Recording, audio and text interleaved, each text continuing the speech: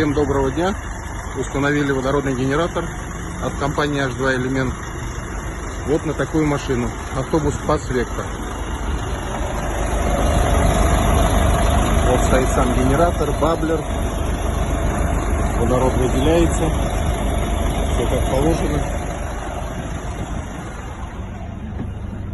Разместили установку, шин, релюшка, предохранитель, провели провода, все спрятали, нигде ничего не торчит. Что хочу сказать, машина стала работать ровнее, приемистей. По расходу скажу чуть позже.